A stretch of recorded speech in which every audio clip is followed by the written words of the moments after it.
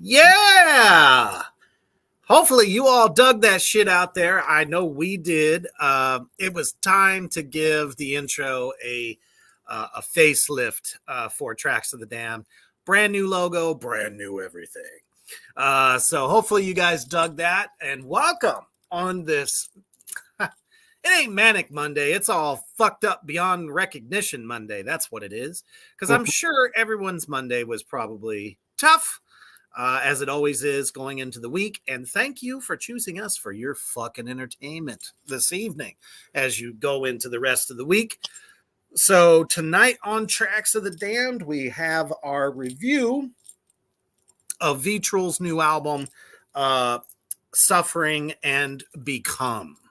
So before we get into this fucking sick ass motherfucking, just amazing record, we're going to take a quick commercial break to our brothers over at Poison Valley Clothing. Check it out.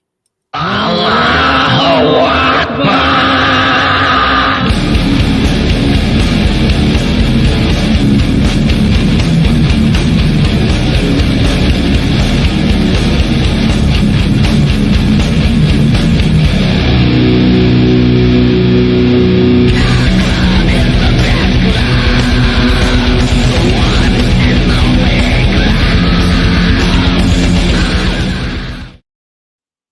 Right. Head on over to Poison Valley Clothing on Facebook to get your orders in for any custom horror design that you could possibly want. And his ambassador wing, I've noticed, has grown a bit too. He's representing a lot more bands too. So if you see a design you like, check that shit out. All right. So here we are. We are talking about these guys. Vitriol and the new album, if I can get it, there we go. Suffer and Become, a review by us. So out there in Morgrot land, Cody, what's up, brother? And everybody else coming in, get your comments in the comments section to let us know what you think of this record as well. Whether you're a Vitriol fan or not, doesn't matter, because maybe after hearing this review, you might check that shit out. Yeah, and for anybody who, those of you guys who hung out with Josh Elmore, Nick Turner, and me yesterday, thank you very much. I apologize for my technical difficulties. I wasn't smart enough to pick up on that my vocals were hiccuping the whole fucking time. But I think Nick and Josh did an outstanding job. They figured out what I was trying to say and did a good job. But to me, I loved every moment. The insight that Nick and Josh gave into the avant-garde of metal, I thought was something else. So if you haven't checked it out, it's waiting for you on YouTube. Please give us a like on that. Share it if you wish. And also subscribe if you haven't already subscribed to us on YouTube, please. We're trying to grow what we're doing for everybody. And I'm like so bad at that too. It's like I always remember about the Facebook pages, but I always forget, hey, like and subscribe on the YouTubes. As a matter of fact, congratulations to my big demon family. We just hit 1.8K on Reaper's Underground Facebook page. So thank you. Share it to somebody that you think might dig it and have them follow me so they can catch all this awesome shit. And most importantly, get your asses over to the Morgrot Entertainment page on Facebook as well, because we do a lot of promotion there as well, a lot of different ads and updates. So make sure you're following us over there as well. Here we are, ready to go, Vitriol. So this was very humbling experience for me. This is the first time I'm ever hearing them. I've always known the name, never heard their stuff. So this was quite the treat. Kyler, what's up, brother? Glad you're here, as always. And everybody out there in Morgrot land. Goddamn. Shit. Say hello. Say something. Say I'm getting drunk. It's great. It's Monday. I'm getting fucked up. Due to my day, I basically, for about 6 hours, entertained retired couples talking about their fish aquariums all fucking day. And honestly, I could not give half a shit about the shit they were talking about. They hold me hostage and they discuss shit because they know I won't leave and I'm going to smile and I'm going to be nice the whole time. And so here I am about 6 whiskeys in. That's okay. Nothing wrong with that. At least they weren't talking about their bowel consistency. Yeah, I did get that. No, I did So get that's good. Because normally they want to tell you, oh, I had this surgery, that surgery, this surgery. This is flaring up. This is not flaring up. Found another liver spot somewhere. You know, nobody wants to hear that shit. I got that shit. I know. So just from, oh, shit. Sorry to hear that, brother. Kyler says, I wish I could drink. Got to find a new job. Well, we wish you well on that. We know you'll get it, brother. New beginning. Yeah, my initial thoughts just going into this record is pure chaos, but it's excellent chaos, and in a lot of ways reminds me of some Chris Barnes vocals from the early Cannibal days on some of the tracks, not all the tracks. There's a few moments there. The guitars are well placed in the mix. I love it. My biggest complaint so far, where's the bass? I did the right thing. I put the earphones in, still could not hear the bass with any sort of prominence in the mix. So that's kind of, where I'm at with it. Mousebong says, I'm buzzed kind of early tonight. I'm working on it, Mousebong and I are so often in tune. Hell yeah. And apparently Mischief says, why does Hoofbeast look like Jay from Jay and Silent Bob tonight?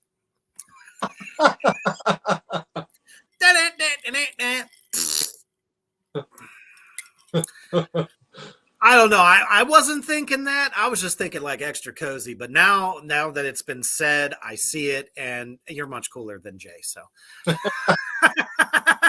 yeah. Apparently, Mousebong agrees. Not Jay. Well, if I put a little bit of black makeup, I would be right. Tom G. Warrior of Triptychon's Celtic Frost.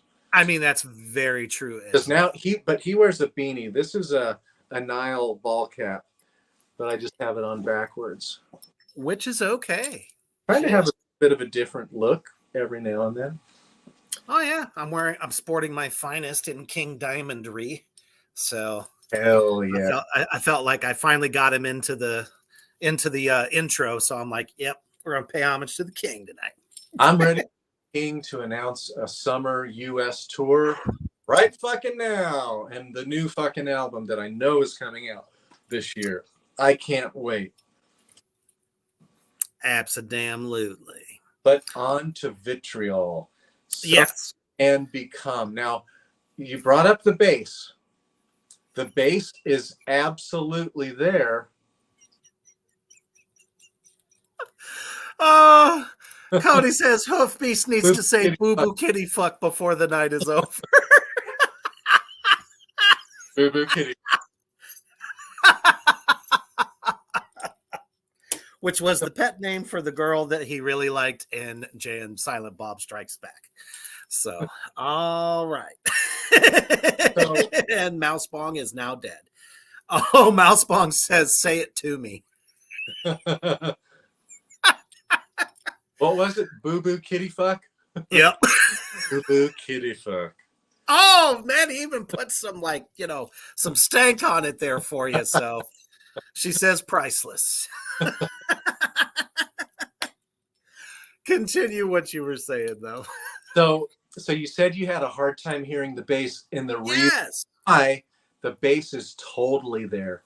This mix is fucking perfect. The bass has a Meshuggah tone bass. Maybe that's The why. tone, that's it. It sounds like a 7-string guitar. It's in, Okay. and it's actually quite prominent. It's just that it does. I agree. It sounds like a fucking guitar, like a down-tuned, deep, kind of gurgly 7-string guitar. For sure. It sounds just like Meshuggah's bass tone to me. Okay, because I was going to say it wasn't until I Am Enemy that I could actually hear some of the bass notes happening that I normally look for. And I was like, okay, cool. It really is there. I saw Vitriol open up for Morbid Angel last April. Mm-hmm. And I had never seen or heard of them before. And my takeaway was, one was the drummer. I watched the drummer, and we're going to have him on. I will get him on in the next couple of weeks. I already met him. I asked him if he would come on. He said, hell yeah, I'll come on. And now's a good time because they're not touring yet. They have a big tour coming up with Cattle Decapitation. Yes. Cattle Decap, you can see Vitriol yourself. It's a super intense experience. The bassist is out fucking standing. Yes, he is. Vocals, everything he plays with his fingers. He is an amazing bassist. To me, he reminds me a lot of Robert Patterson from Atheist before Robert Patterson was in his car accident and passed away. I think it was 1999. And Robert Patterson was an amazing, groundbreaking bassist for Atheist. Just died a bit too young for us. For sure. But they are intense. Every musician is so fucking perb. The percussionist, the drummer, he sits there and barely moves. Everything is so efficient. He's not moving around and doing all this shit. He just kind of sits there. I told him after his show, I said, dude, don't take this as an offense, but you look like a baby sleeping. He looks calm, but fucking intense blast beats, like whole time. And yes, I agree 100%. I mean, he basically sounds like a machine gun that's kind of going off sporadically. It's like,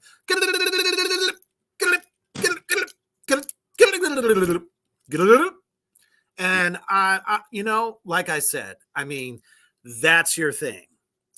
That is what you do. You are a machine. And if it's one thing we know about that style of drumming, you can't afford to move with it, because if you do, you might hit a rim or hit the wrong cymbal. So being a little bit more finessey and not so much being creative wise as far as like you're filling in things, which don't get me wrong, this gentleman is very creative.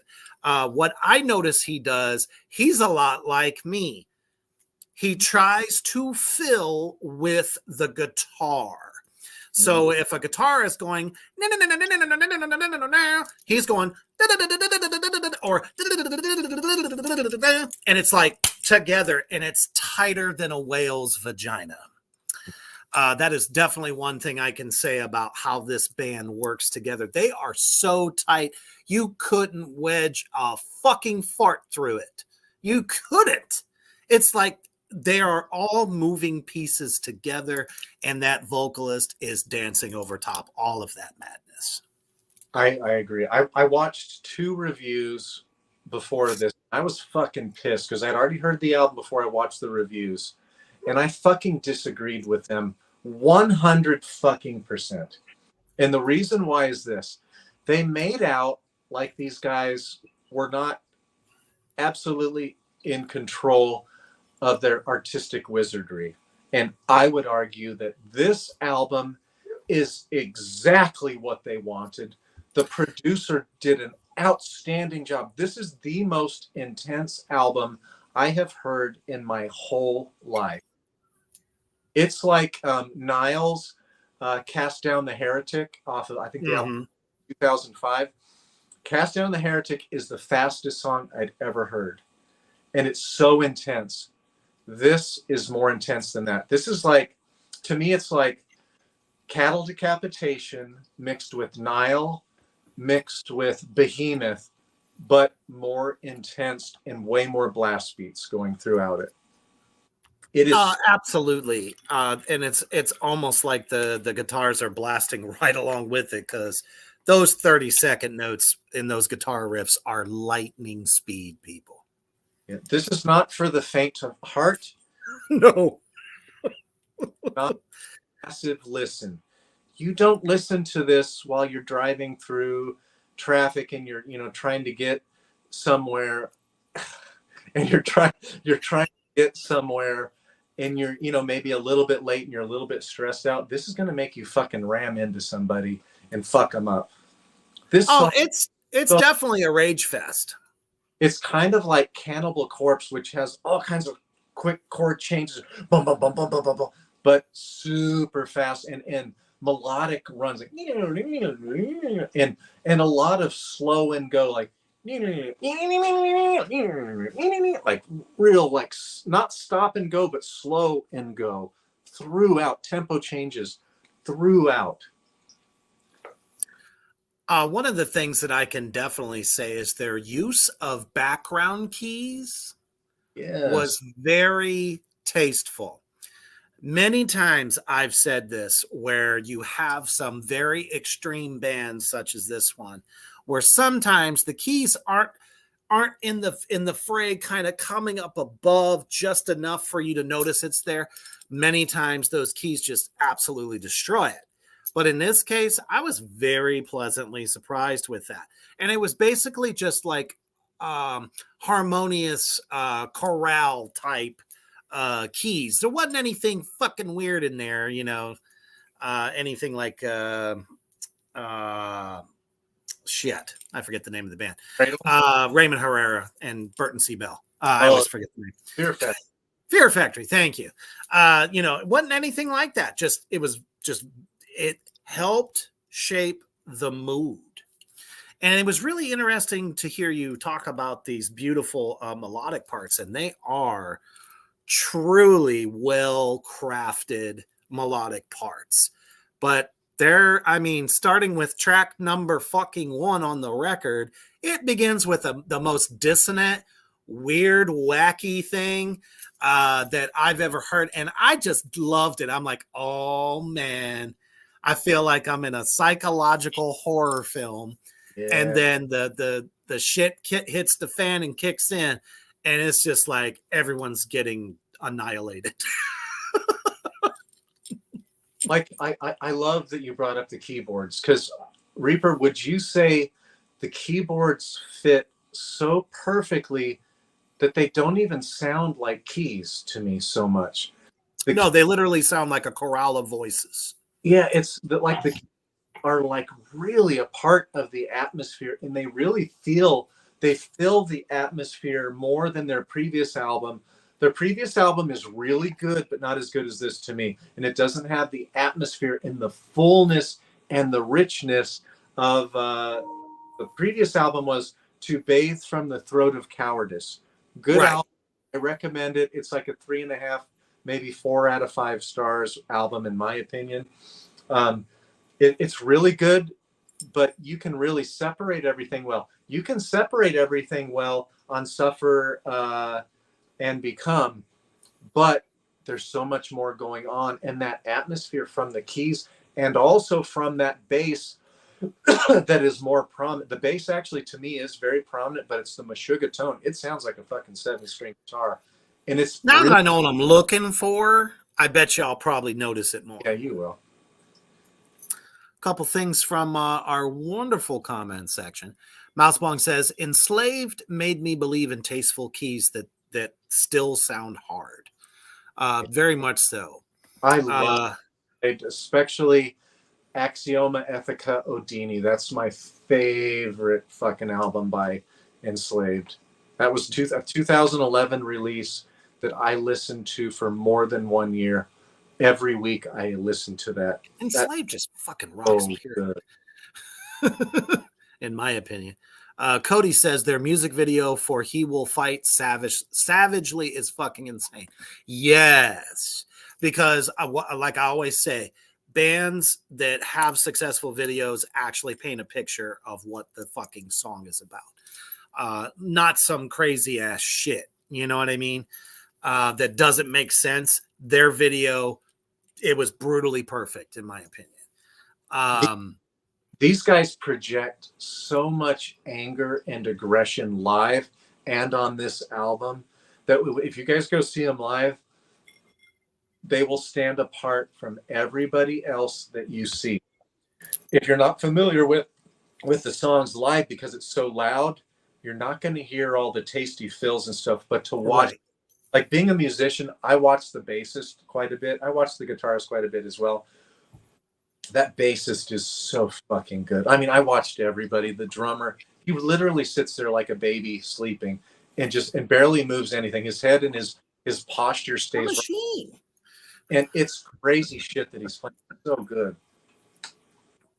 I was watching this video where a pretty popular drummer who's known for doing like really good drum videos was doing a review of Infant Annihilator's latest smash hit, literally. Um, and he managed to take all the music out, and it was just the drums. He was able to isolate the tracks. So watching that actually kind of prepared me for this record, because I'm now seeing what the engineer is doing with the drum sound. Mm-hmm. Now, you know me, I love double kicks out in, front and center, right where it needs to be so that people can hear every attack that drummer is doing. My gripe is the snare drum. It is not an organic sound. But the toms are. Mm-hmm. They take just enough away that you get the full attack, but it doesn't sound synthetic because you can literally hear those warmer tones. Usually, when engineer snaps the toms that go around from the top to the floor, they're just like tick tick tick tick tick. Well, in this case, on this record, for Vitriol, I can hear those beautiful warm tones. So that was really cool. But I don't know. I'm kind of fighting with myself a little bit. You can't hear the bell on the ride like I would expect to hear when doing some serious intense blasting like he does. And his crash cymbals get way you don't hear the wash for more than, I don't know, a second or two. I kind of like to hear a little bit more, but I understand why they do that because of all the guitar runs. And one of the other things I've noticed, there are certain points in the songs, like I said when I was watching this video, where they'll put some serious verb on a snare hit to where it just sounds like somebody dropped the bomb on Hiroshima. And I get it because they're trying to make a point like this is supposed to like hit you. We're dropping something super hard on you. And I started to like listen to the drummer for Vitriol on this record. They do the same thing. Certain parts of the songs, the snare is louder. Sometimes the bass drums are a little more compressed, which is fine. I get that. And that's why they suppress the wash on the cymbals. So it's like attack, little bit of wash gone. So I get it. it works for the mix. But I would also say there really isn't time for a crash cymbal to resonate and stand out. That's what I'm saying. This album is So I get it now. so fucking intense. There You is know. a chance. Now let's take it. Let's take that to my next point. These guys can groove their fucking asses off. This is very evident on Flowers of Sadism. That opening double kick groove, just very simple, 16th note, fucking bites so hard. Just I mean, it's so groovy, and the way the riffs fit around it are just amazeballs. Their vocalist really surprised me. He's got so many ranges. He kind of stays in the middle a little bit, and obviously more down low, which is what, like I said, very reminiscent of early Cannibal Corpse. So, you know, with Chris Barnes, like with Hammer Smash Face, perfect fucking example. There are moments where his voice is hitting that, but he just bounces right up and then can go pretty much as high as he wants with the Black Scream. So I don't know. That song, hands down, is my second favorite of this record. Yeah, this they actually used two vocalists. So the guitarist who handles all the lead, he does the higher registry stuff. He's really he also does more of the kind of yelling, but intense yelling. And the Travis Ryan worship is done by the bassist, and he's outstanding. Like, that's amazing. You guys listen to this album. Move over, Tom Araya. This is some Travis Ryan worship. And Travis, I'm sure, would be like, cool, dude. Like, I'll take that because it's really good. The vocals are outstanding throughout. But in that song that you just brought up, The Flowers of Sadism, this is where the bass is really prominent. Like, you can hear that Meshuggah, and you hear it in several of the songs. It's actually pretty prominent, but it's that Meshuggah bass tone, that kind of gurgly 7-string. Didn't realize it, but now heading back to that track, because I've played that track about 4 times, I'm like, oof, yeah, okay, now I see it. It's killer. It is. He does all of the blast beats with all 4 fingers. Like, he's really, really talented. So he must have one happy girlfriend. I think about that. Like, I finger tap out a lot of triplet stuff, but as fast as those doubles go, damn. Yeah, when you do that shit, your fingers are like, your fingertips are almost touching all of the strings. Right. And you're almost kind of pushing on the edge of the strings, just kind of going up and down to get that going. It took me a while to amazing, because I used to watch Derek Engerman, which was the second Cattle Decapitation bassist. He did Monolith of Inhumanity. He did like 2 of the albums with Cattle Decapitation, and I watching him and hanging out and talking with him about how he did the blast beats with the fingers, because that is not easy at can't be. There's no fucking way. Yeah. And like I said, so these guys are razor tight. They are. I totally agree. So at that point, the bass becomes a percussive instrument. Yeah, the asshat who really hammered this album, like he was so harsh on his review of the album that I had to go back and listen to it. I started questioning myself, and the whole time I was listening, I was like, what the fuck are you listening to? Are you just jealous? Are you not a musician and you don't understand what these guys are doing? Because these guys are fucking brilliant. Now, you're not going to have songs off of this, in my opinion, that you're going to be walking down the street whistling the melody. That ain't going to fucking happen. This is way too intense. There's way too many notes and things going on packed in to each moment of this album that you're not going to, it's not like it's groovy. The groove is there, but you have to kind of look for the groove. It's not like a Pantera groove. Oh, no. Like walk that, you can, it's like kind of slow and you can groove into it. It's not like that, but it is groovy. It's there, but you got to be ready. You have to intensely listen to this album, in my opinion. I think generally every single one of these extreme metal bands have that formula inside of them of the art of the groove within metal. It can be very straightforward, which is like the Pantera idea, but it can also be complex. And like you said, you have to listen to it because the drums laying down the 2 and 4, you're going to have that. You recognize that right away, but you can also hear it within the guitars too. And obviously, if you're not someone that zones in that much on the guitar, sometimes you don't pick it up. So, like he said, definitely look into that. Cody says, I love when two vocalists can combine and seem as one.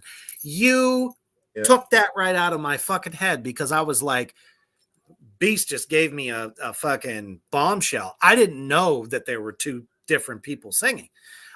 So the way they do it, though, it's flawless. Mm-hmm. It sounds continuously like one person. You know who else that does that really well? We've talked about their album from 2023, fucking not Obituary. God damn it. It's the one that's got the guy's head. He's got the knife. Make them beg for death. Dying Fetus. Yes, Dying Fetus. They're another one that does that.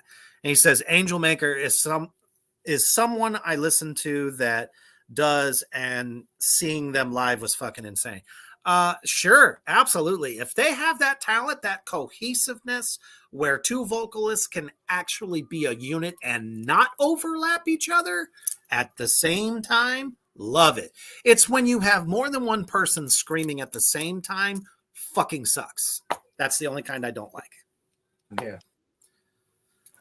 Absolutely. I've heard so many kind of descriptions of this album, and intense and aggressive is what I hear the most. And then I came up with a different description. In some ways, this album can be overwhelming. I would definitely say that. It is that intense. I feel a little overwhelmed listening to it. You are taking on so much.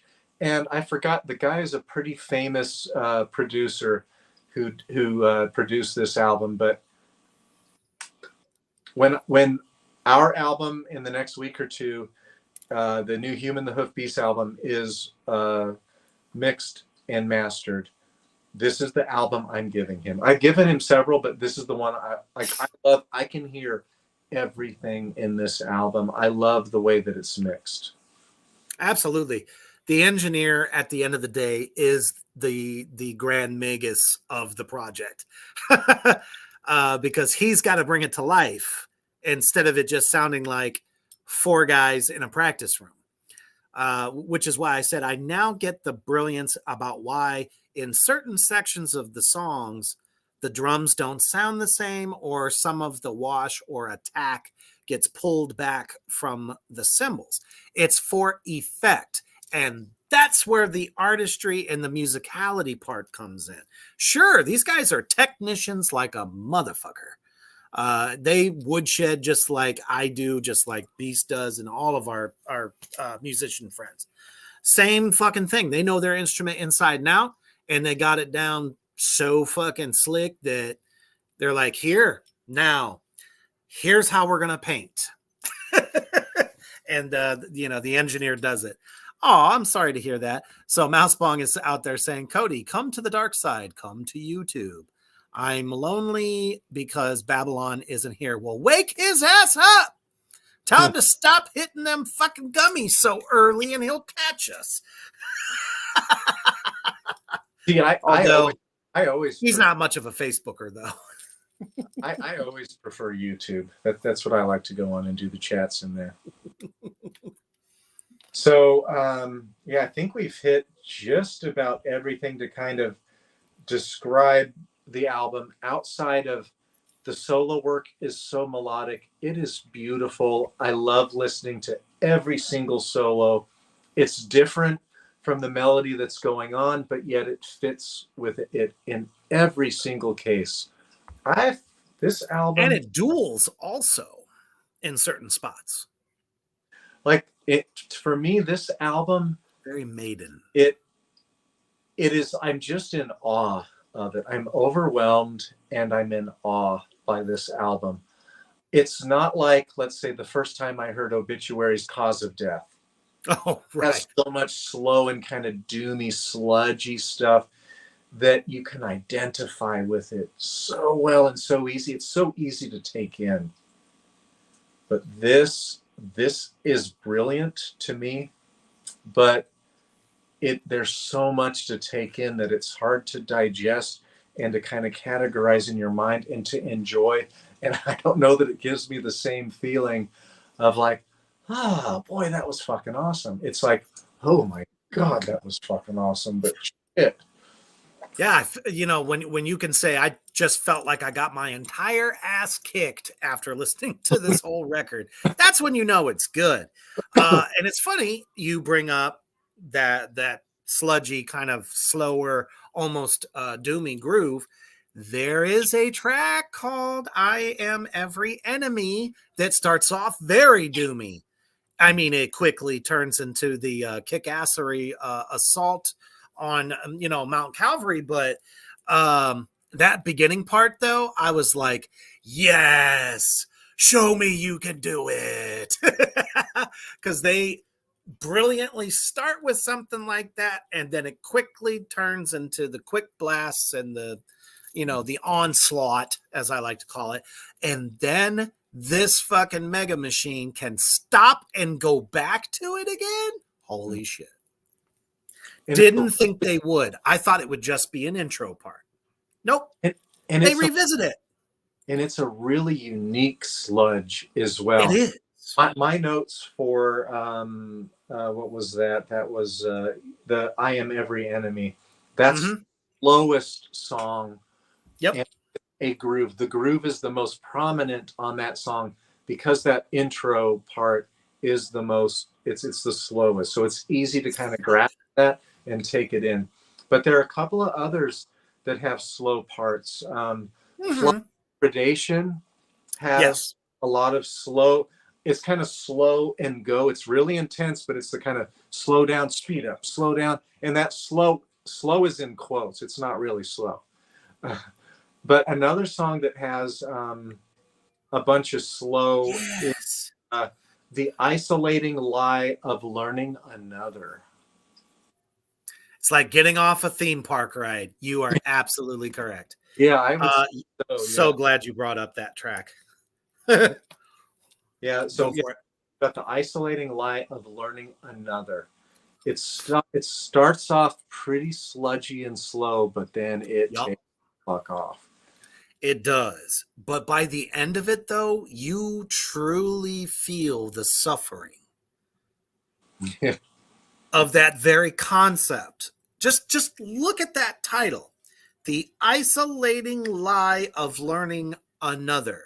Whether or not it's learning you've already been lied to, now you're getting another one on top of it, it's which exhausting. is kind of where I think they're going with. Or Yeah, it could be just a lie about another person. How hard is it for people to trust these days, meeting somebody new on any type of level? Because there's so many more crooks and people that are two-faced that I don't know there ever has been, in our history of being alive. So just that concept alone, I think, hits home with every single fucking person of today. So I was like, ooh, thank you. I was like, thank you for writing this song, because it literally conveys that emotion, in my opinion.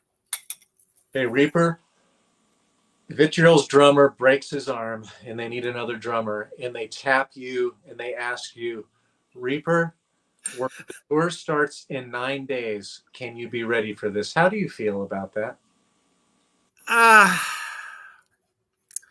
I would say 20 years ago, I'd be like, fuck yeah, where do I sign? right now, I mean, what I had to do to get up to play, you know, the new Hoofbeast tracks. I mean, it didn't take a lot, but I definitely had to put more time, more thought into how I weave into that picture. Listening to this record, thinking of my playing, it's kind of like sticking Vinnie Paul into Vitriol and see what he does with it. Because I'd be like, well, I'm kind of a simple bitch. I'll give you a bunch of skank beats and some modified blasts here and there, as long as my knees can not buckle under the pressure. But I'll give it my best. Yeah, like So, couldn't help but think about what if I had 2 weeks or even a month to learn the songs to go play them live. Oh my God. you would have to literally know, like, be a fan of the band from like the jump, the fan of that genre, and like basically had gone through music theory, which I did, rhythm class on how to play each of those parts, to know when to stop, when to start, how to transition, all that stuff. I would have fucking anxiety worse than I've ever had in my life. Mouse Bong says drumming for this band sounds like work. Some very sick technical drumming. Absolutely. The hands are not a problem. The hands are the easy part. It's the feet. These kids today, I know I say that like an old fucking man, but these guys today, and gals, because some of them can do it too, have this technique where they stick their toes in the middle of the bass drum pedal. The heel is firmly down to the ground, and they're literally bouncing up and down like this and getting 2 taps per beater. That's how it's done. I've tried it, and I almost fell off the stool doing it. Okay, I had a couple of bourbons prior, but still. They also have a mashing. Yep. Like, yeah. That really weird sanding, wax on, wax off idea. Yeah. Fuck that shit. That's too much work. It is. That's why I'm like, the drummer of Infinite Annihilator, prime fucking example. Dude doesn't do that. He is a single stroke roll machine with his feet. He doesn't use those techniques. I'm like, holy crap, how are you doing this? And I watched it because the camera's on his feet. He just he's practiced it BPM by BPM, just as far as he can push that shit to do even slow groove over top and still have the, you know, going with it, because it's impressive. But it also proves a point that I said many, many moons ago when people were like, oh shit, can you hear? They're going faster than ever. I'm like, yeah, it started out with cheating with a drum machine. Now people have learned a technique to either double tap it, but it is possible to do it single stroke. So thank you to that drummer. It's also they have 2, I don't know what they're called, 2 of them hitting the bass drum at the same time on for each foot. That's another way that they do that. Yes, because as a matter of fact, they have made a triple pedal. Oh, really? Wow. The third pedal is designed to hit after the other 2 do. Check it out, man. If you Google it, I'm sure you'll find it on fucking YouTube. They have a triple bass pedal for a single bass. Single bass. But you can stick it also on a double kick set. That you can get the same thing by doing straight 16th note doubles, 32nd note doubles. And that thing adds the extra hit. Yeah. It's sick. I might invest. Yeah, good. Shit. Why not? Give it a try. If we go out on the road next year, I want to open up in Austin, Texas. Fuck yeah. Because Mouse Bong. That's a great place. Well, Mouse Bong will be there too. Let's. I'm just happy to get out there. I want to talk about my two favorite parts of this song. Very true. Yeah. Austin Archie is very much a machine. I've watched him play without the music over top as well. Yeah.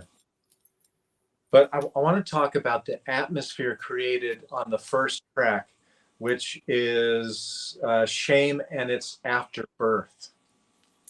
What a fucking name, Shame and Its Afterbirth. That's fucking awesome.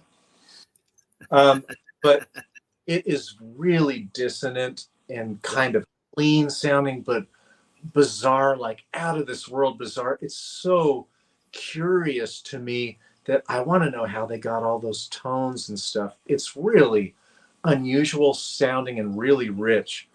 And then we get into the instrumental that you already kind of hit on, Survival's Careening Inertia. Oh no, I didn't even bring that up yet. Oh, at some point, kind of I was alluding to that intro to the very first track that you were just talking about. Yeah, so you guys are going to get, it is the fifth track, and it's Survival's Careening Inertia. That's an instrumental. Mastery. It has clean tones. It has blast beats, keyboards. This is where I could hear the keyboards a little bit more prominently, and it's really atmospheric keyboards. And then you can hear the Meshuggah tones in that one quite a bit. The bass is definitely there. And the Meshuggah tone, the bass is in the Flowers of Sadism quite a bit. I hear it in Survival's. That is the instrumental, Survival's Careening Inertia. Mm-hmm. And I heard it a lot in I Am Every Enemy because it's slower. But I don't know what else to say. I mean, we can go over every single fucking song in here, but I need to listen to it a lot more. I've only listened to it about 4 times through. And I can't say it's the best thing I've ever heard, but I am probably in the most awe by this album because of the musicianship and how tight everything is, how well produced, yet still really guttural and raw the whole album is throughout. Like, it's a masterpiece of production. This would be a nightmare for almost all engineers and producers to have this much packed into where you can still hear every fucking instrument so well too. You almost have to it's like being a machine inside your head, knowing just how to, you know, we talk about it a lot. You get these stems. That's what they're called. Stems. When tracks are created, and knowing at that precise point how to give each one, because they're on top of each other. I mean, it's one of the big joys of being in a studio. I love watching the engineer work because I'm like watching what he's doing, and I'm just like, okay, I have a good working knowledge of how this works, but how you're doing that, I don't know. So for this guy to take an album that is so technically proficient, to be able to get just the levels just perfectly so that you can hear every nuance. I think it is utter genius.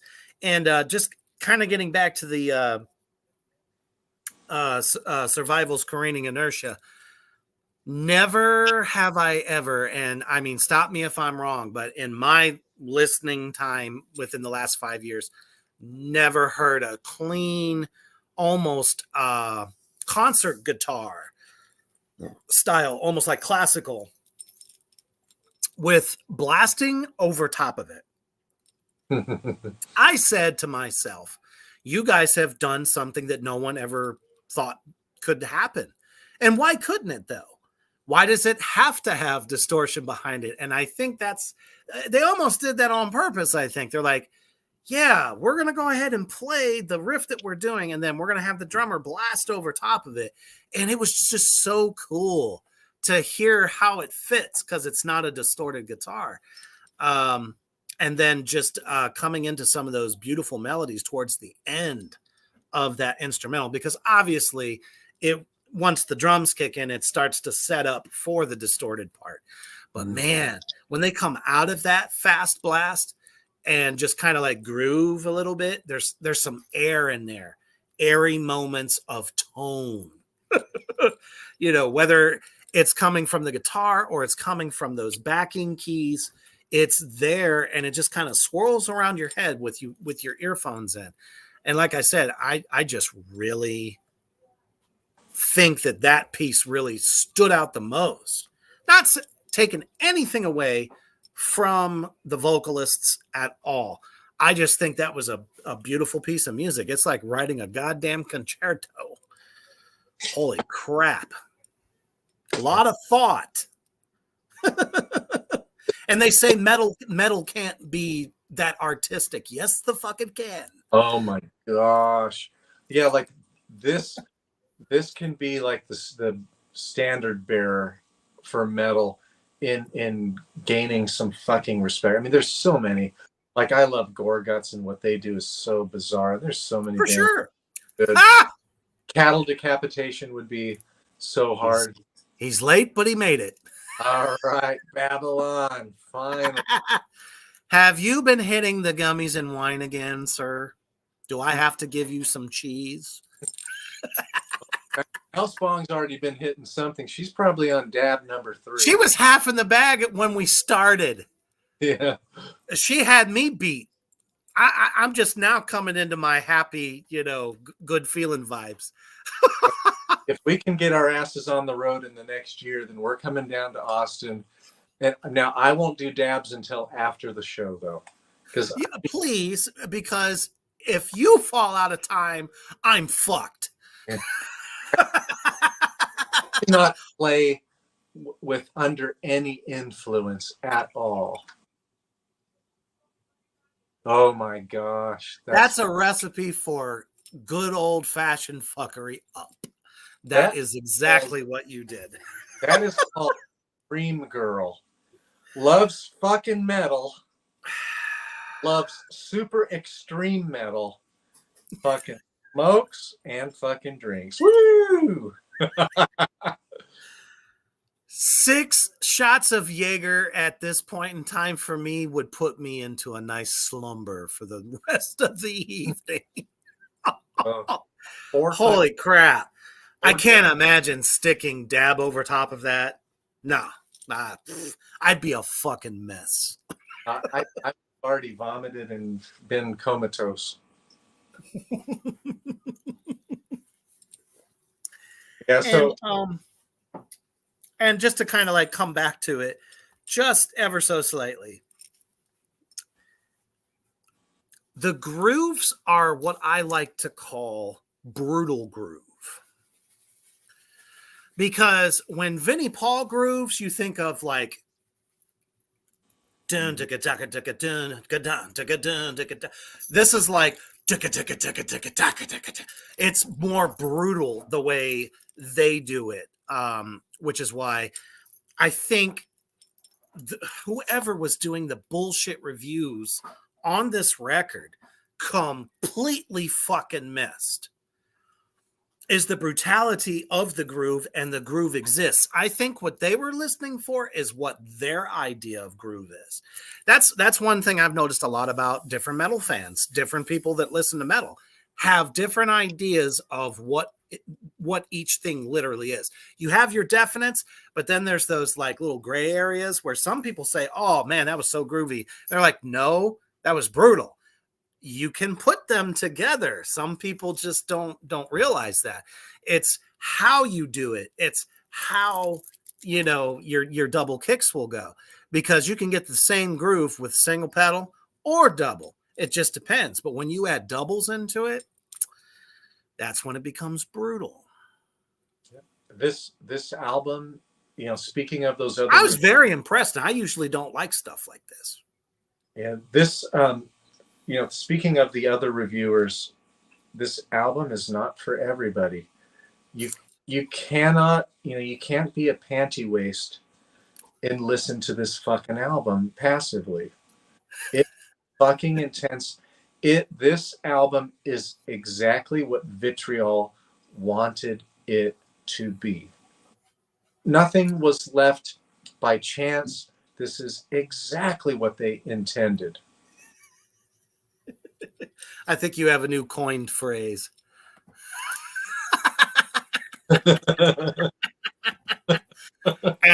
And to your credit there, Mouse Bong, I agree. Weaponized Loss. That one and Flood of Predation. The I think of those two as a pair on this record because they're on the same level, same type of chaos, but the thing that sets them apart is the groove or technical drumming that the drummer does on each track. They're not the same because both of them start bow in your face and you're off to the races. But he uses a different blast on that second track, which is Flooded Perdition, and Weaponized has a little bit more straightforward blast. So that's kind of like how you can differentiate between the two, but they're on the same level. And I like that because usually when you're listening to a record like this, I don't know about some of y'all out there in Morgrot land, as long as things are different and not constantly repeating themselves through the record, it's an easier listen. At least that's how it is for me, because I'm so drum and guitar driven. I mean, I'm pretty good at, following vocals and all that stuff and have good ideas about how vocals should be done. But really, when I listen to a record, I listen first to how's the drums and the guitar working? Are they in succession with each other? Are they fighting against each other? Or are they being more complex rhythm, which is also kind of fun? We have so much going on out here in the comments section. Babylon was wondering what the album was, and Mousebong told him. So, oh my goodness. And Cody says, I need a group chat with all you fuckers or something. Go on. You guys make Monday nights so much fucking fun. It's unreal. And that's what it's all about. This is, yeah, we know what we're talking about, but we love hearing what you guys have to say too. And all the silliness. It's like, this is definitely not a show for recovering addicts. Yep, nope. But all the way through, and yeah, like you said, that track, He Will Fight Savagely, best fucking way to end this album of misery and suffering. I mean, if you're one that trains like the Vikings do, or trains shit, even like CrossFit shit, this record will get you through it in more ways than one. It is so methamphetamine like fucking packed in there that just God damn it, Babylon, I love you. Addicts of the Damned. That's a t-shirt. It's official. We're gonna make it. I will make the graphic and we will make that shit happen. Wait a minute. And then Cody comes back and says, boo boo kitty fuck, simple bitch, and panty waist set the mood for the night. See, we're Cody, we're a little older, so we have some older slang. Simple bitch has pretty much been around for a long time. So to me, it's like nothing new, but I'm glad it entertained you. So, oh shit. Babylon says demons shooting up. Like that should be the graphic with Addicts of the Day. Yeah, and you guys can we can make it for you. It's for you. So Addicts of the Dan, okay. Then we got the graphic, and then on the back, it'll say crew member. I think I just came up with a really good idea. I'll have to talk to my man Cody after this. But yeah, whether you're a fan of this record already or a fan of the band, rather, this album is going to challenge you in awesome fucking ways. It's a band that is upping their game and being very creative. Um, and like I said, if you've never heard them before, damn, what an introduction. Can't say enough about these guys. I'm totally in awe of what they've come up with. And again, it's not that I have any song that's so memorable, but after we've written everything down, like the notes, like I remember this shit, but there's just so much to it. It is overwhelming. I mean, That it really is. Like I said, if you're a person that's not a listener that isn't used to this type of extreme metal, it's going to be an assault on all of your senses. you're gonna feel Um, and it's in a good way. And like Mouse Bong even said, it's like getting off of a fucking, like Disneyland ride that was fucking insane. Seriously. That's kind of how I felt when I was done with it. And I was just like, I actually can get with this. can can one be violated in a good way? Oh, most def. Hell yeah, that's this album. That's always kind of been my my code of ethics. Everyone in the world could always be violated in a good way.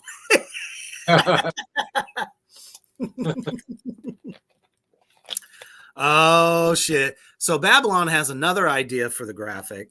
He says, and show a priest buying or selling. Oh, hell yes. Oh. And then my man Cody over there from Defiler of the Crown, I was just about to say I could possibly make that happen. Seeing as he just put out his own Defiler of the Crown art t-shirts. That is debuting all of his awesome fucking art. He's also an artist for Morgrot magazine, and you can see it just about everywhere. So make sure you follow Defiler of the Crown art. God damn it, Babylon, you will beg to be violated. And then Mouse Bong turns around and says, of course, absolutely can be violated in a good way. We will leave that up to the imagination as we say thank you for showing up yet again on this great Monday that was kind of full of suckery and some suffering, since suffering is the, credo of the album for Vitriol. And letting us let you know what we thought of this record. Like I said, if you guys are fans of the band, you will definitely be happily impressed with their latest effort. And if you've never heard them before, check this record out and then go back and listen to some of their other stuff as well. It's like a nice constant progression of extreme metal doing extremely awesome shit. Seriously. And I can tell you right now, there's at least 3 or 4 tracks that are going into my regular Spotify playlist. So if I'm doing that, it's going to be good, because it's hard to impress me sometimes. And I will always say that. I don't know. Hoofbeast, could you also say that it's kind of hard to impress you sometimes when it comes to newer stuff? I'm really picky, especially today. Like, you really have to be doing something either very, very, very well, or you need to be pioneering something in a certain way, or it's just so catchy and it's, has a different characteristic. But for my extreme metal, you got to be doing something different, and the vocals have got to be on point. I like to hear the bass prominent. And there's so many factors that go into it, but you got to be really fucking good these days. And I think we all learned a lot about that interview that you did yesterday with Josh and Nick about avant-garde metal, and kind of like how it evolved, because listening to Nick, like, he does all different styles, Mhm. lots of different styles. 1 minute he's doing avant-garde, next he's doing, I think he even said like a goth metal project with his drummer. I mean, he goes from one extreme to the other. And Mhm. I think, creatively, these extreme metal bands can constantly take a whole bunch of shit and learn how to put it into something that is so fucking original, and something that no one's done before. Because the last thing we want to see is like this level of extreme metal and avant-garde metal also from becoming into the same pitfall that black metal has taken. Everybody sounds the fucking same. Yeah. Or a lot of the bands sound the same. Across the fucking board, dude. Whether it's metalcore, which I hate, I'm proud to say it. They're a bunch of wussies. Every single one sounds the same. You can't point out one motherfucking band that is a metalcore band that does not sound like every other one you've ever heard. You see it in doom sometimes. Sometimes you see it in thrash. Um, Pop metal is always the same. You know what I mean? Industrial metal, always the same. So that's why it's kind of nice to see an album like this. And like I said, the talk from the day before, newer things are happening. And there's a whole lot of fucking intelligence going in behind it. Nurgle of Behemoth said about a year ago in an interview that there are too many fucking bands out there and a bunch of them just need to fucking quit. Now, what he means is they all fucking sound the same. So many of them, 99.9%, sound the fucking same for each genre. They're Yes. anything new. Like, so what if you can do tremolo picking and all kinds of blast beats and the same type of black metal vocals that almost everybody has? I don't give a shit. Give me something new. Show me that you're being innovative and artistic. And Would you say that a lot of that could be solved if people would just find their own sound? yeah, I think a lot of people just don't have that creative mind to be different, or they're trying to force it and it sounds stiff and it just doesn't work right. Like, that's one of the things we got out with Josh and Nick yesterday is, and when I've been reading this Rick Rubin book, the producer of Slayer's best So fucking good, by the way. Get band, that fucking book. that book is so fucking good. Like, it'll give you so much to chew on. Just one fucking page, you can sit and think about it for 5 or 10 minutes, and then come back to it later. It's so good. He's like the guru of metal. Yeah, I mean, but he does Red Hot Chili Peppers. He's such a fucking artist. He, Yeah, I mean, he's got a flair for every sound. yeah, he's But done. what he did for metal is like irreplaceable, in my opinion. Yeah, but he could not resurrect Metallica on Death Magnetic. He tried, but he couldn't He do it. did. And he couldn't get Slayer back to where they were for South of Heaven and Yeah. Season of this. I mean, it's true. But you know what, though? That genius of a man, look at what he had to work with. Prima fucking damas. Yeah, that's true. You know what I'm saying? You're not going to tell the great Lars Ulrich, oh, no, I can't. If I want to suck, I want to suck. You know what I mean? He could have been telling him, hey, use this, do that, and be told fuck off, or I'm firing you. Because that's what happened with Lars. Come on, the leader of the pack, if you will. Slayer, that band has just been so disjointed from since Seasons in the Abyss that I'm telling you, in my heart, I feel it. Kerry King was always old school, but Tom Araya wanted to hang with the current youth, like the younger bands. So he was constantly trying to push Slayer into that mode of playing, while Kerry King is still sitting there going, you know what I mean? So you had a band that was chaotic fighting against each other. But I also think Dave Lombardo was such a good part of when Slayer for South of Heaven slowed things down quite a bit. Well, sure, they gave him a voice, finally. The pockets that Dave would sit in, I fucking love that. For sure. Absolutely.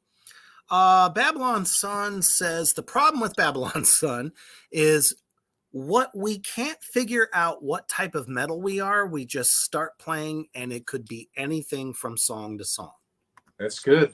I've heard a couple of their songs, the videos that they've made, and it's really good. It's unique.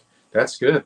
Like Nick Turner was talking about that last night, about how sometimes if you're isolated and you're not trying to be somebody else or force something in, that's when being unique and having your true character comes out. Absolutely. How many times have we talked about how much we hate boxes? When a band gets together, they think, oh, we need to be like this because everyone's really digging this. So they start creating stuff to get labeled into that box, because it's people out there in Morgrat land that are not musicians. When I tell you how fucking hard it is to get anyone to notice you, whether you have the internet or not, it's still fucking tough. So for a band to get any kind of like noticed level of visibility is because they choose to market themselves to that box. I mean, Black Tar was no different. We knew that our songs were doomy enough that it would fit in the doom genre because of the style of playing. But we wanted to be different from the others instead of just getting labeled as another, Weed Eater. Or, we wanted to bring a little bit more metal to it as opposed to the stoner aspect. So you can still market yourself even if not every song sounds the same. Listen to a Down record. Not every song sounds the same at all. Not even on fucking NOLA. That's like their holy grail of albums. Mm-hmm. Not every song sounds the same. So, Cody's got a question for us as well. What do you guys think of the Antichrist Imperium? I have to check it out. I don't know them. I have to check it out as well. I also want to check out Inquisition's new one now. Mouse talked about it last week or so. It's getting really good reviews, and I listened to it a little bit. It sounds really fucking atmospheric, creepy, and fucking dark. So I'm going to have to check that one out. Oh, dude, I told you, I'm actually a huge fan of them. I love what they do. So having new music to hear from them just makes it all the sweeter. But all right, good talk, everybody. Damn. I also what time it is.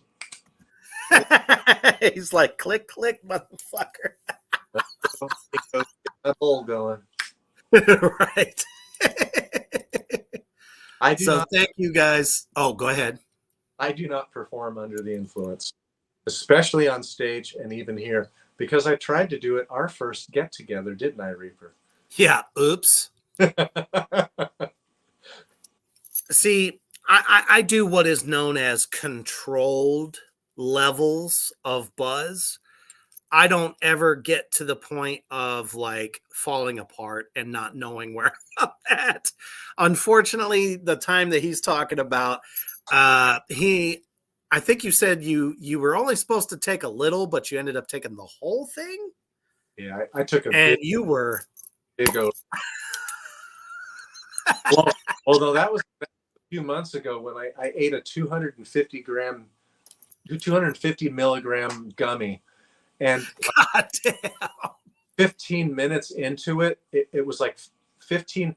After I had taken it, we had like 15 minutes till we went on for the show.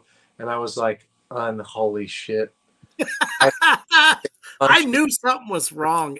Everybody out there in Morgrot land probably noticed that I was just like, hey, you all right? But thank you guys so fucking much.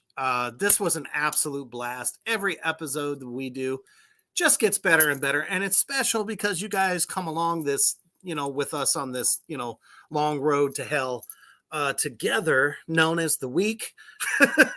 Because what are we always looking towards? Friday. So it is possible, just letting you guys know now, that I will have a guest for Reapers Underground this week that I will be on. So stay peeled to all the socials for that, because of course I will let you fucking know. Shit. I don't think we have. No, we don't. We don't have the goddamn program this Saturday. It'll be next Saturday. So the following Saturday, we will be back on that. And of course, you know what to do, man. Be here next Monday night, because we're going to go ahead and probably do, actually, I think it would be the best time to do phenomenal, groundbreaking releases ever in metal history in February, because it's going to be officially February, motherfuckers. Mm-hmm. And then, of course, following that will be a very Valentine's Day metal. So look forward to that as we poke fun at some of the worst of metal's love songs. Actually, no, we'll do the twofer. It'll be the worst and the best, because there are some that I think are just fucking wonderful. You take this love. I do too. So definitely stay tuned for all the good programming coming up. And as you are getting ready for Tuesday, that we affectionately call around here Titillating Tuesday, keep an open mind, but fucking stay metal. Listen to all the newest stuff that's coming out. Even if you don't like it, check it out anyway, because you got to challenge yourself. But at the same time, you will always stay heavy.